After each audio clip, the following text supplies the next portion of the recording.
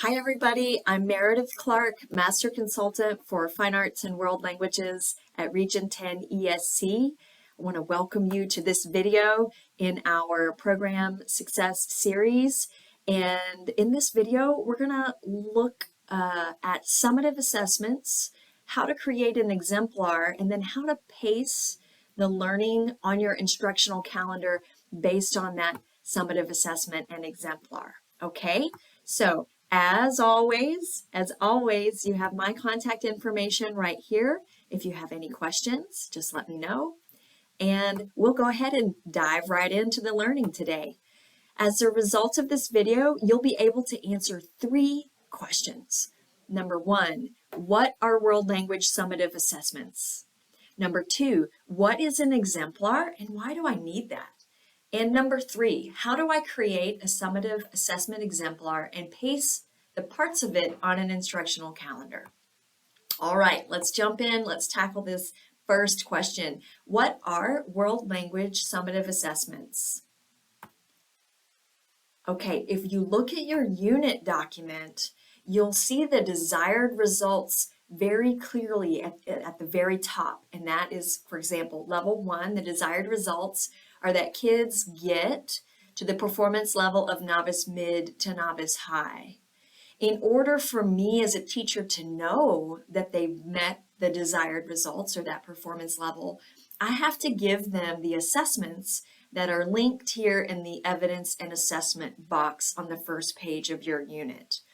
Now you'll notice that there are 3 modes of communication, so there are 3 summative assessments. Your interpretive assessment is going to be an authentic text plus questions, and your interpersonal and presentational assessments are going to be prompts. That's it.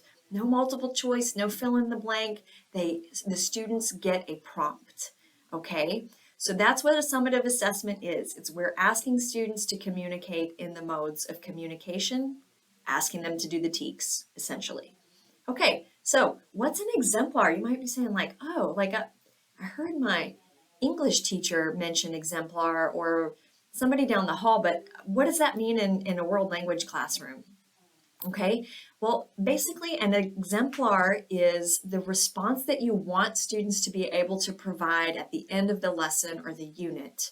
Okay, so when we think about world languages, what we want to do is we want to go back to that unit document, and for interpersonal and presentational, we want to ask ourselves, okay, if the summative task for interpersonal is for students to ask and answer questions about who they are and what they do for fun using memorized words and phrases and some simple sentences, then I have to hear that conversation in my head before I can start teaching. Okay, it would be the same thing with presentational writing.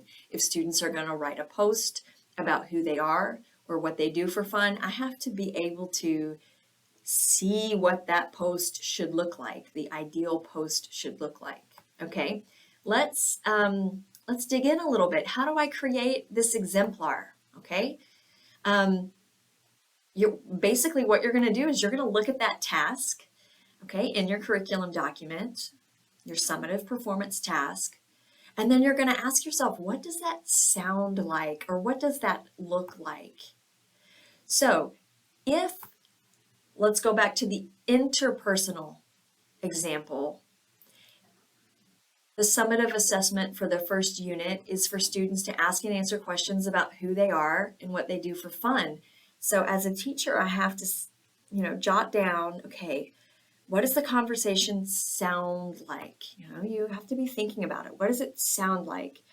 Okay, we don't just start a conversation cold, right? There's an opener, right? So I need to teach kids how to open the conversation. It might be, how are you? What's up? Good morning. Okay. After the opener, there's always a volley of questions and answers in a conversation. So I have to think to myself, well, what language do kids need to ask and answer questions about who they are and what they do for fun?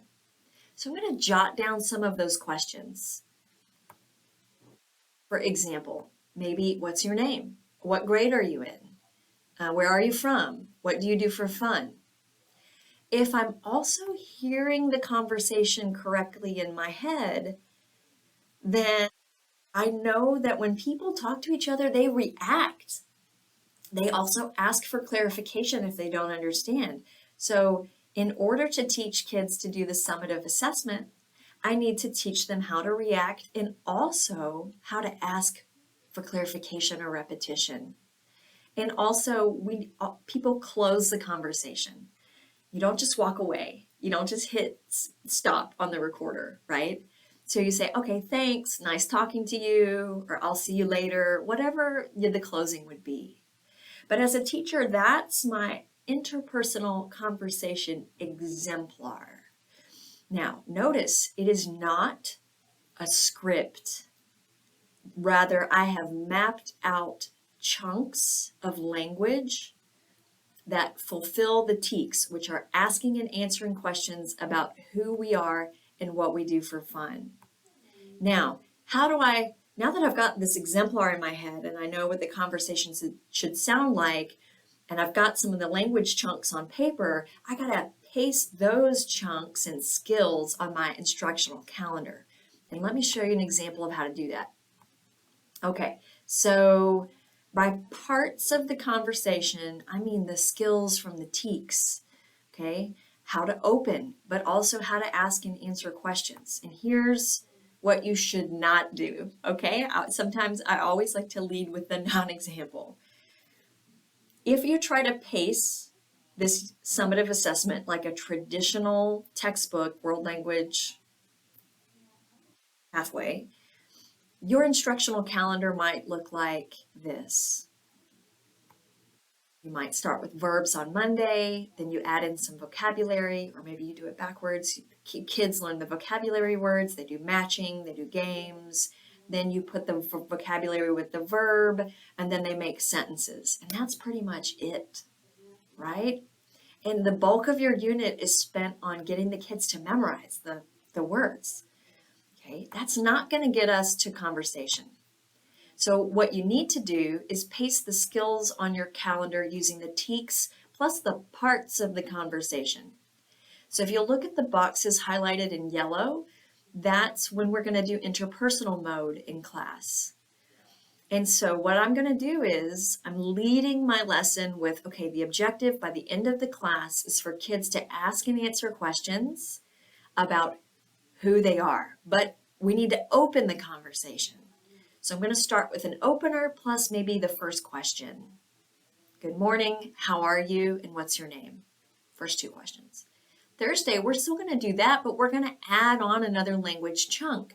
So we're going to do the opener, what's up, plus what's your name, plus where are you from, or where do you live, and then maybe a reaction.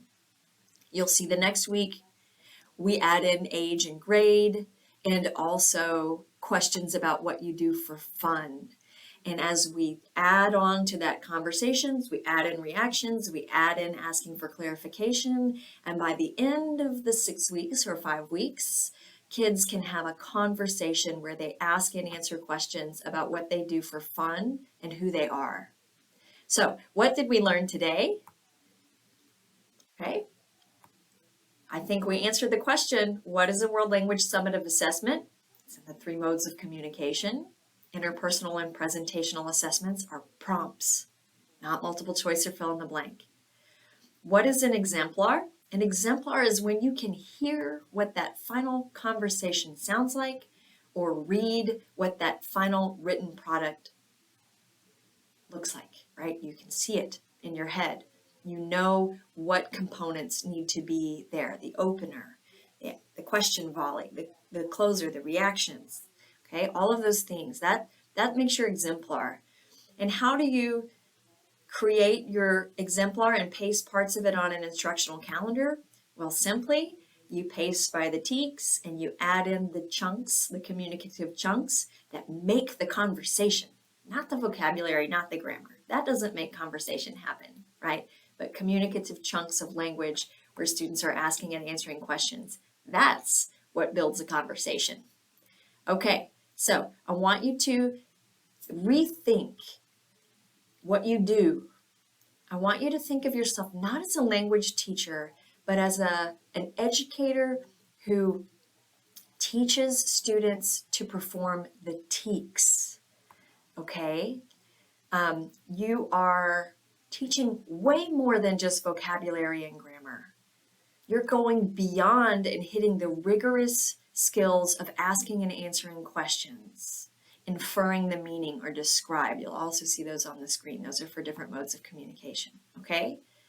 So I want you to reframe your thinking and think of yourself not as a Spanish teacher or a French teacher or a German teacher or a Chinese teacher. I want you to think of yourself as an educator who creates an environment for language acquisition and an educator who teaches communication and literacy. Because when students are learning to have a conversation, that's communication. They are learning the language, but on the pathway to communication, okay? So I like to just throw that out there. It helps us rethink what we do. What are the success criteria for pacing a summative assessment on my unit calendar? As always, folks, everybody's got to know the TEKS, like the front and the back of your hand. You need to be able to identify and understand the components of the summative assessment, create that exemplar, and pace the skills plus the communicative chunks on your planning calendar. Okay, as always, Region 10 is here to help. You can find more information on our webpage. And I want to thank you all so much for joining me today on this journey to see what World Language Summative assessments look like, how we create an exemplar, and then break that exemplar into communicative chunks and TEKS skills to pace on our instructional calendars. I know that if we work together, we can change the linguistic landscape of the state of Texas and have more students graduating from our schools who are multilingual. So let's move the needle, okay? Thank you guys. Take care, and I'll see you next time.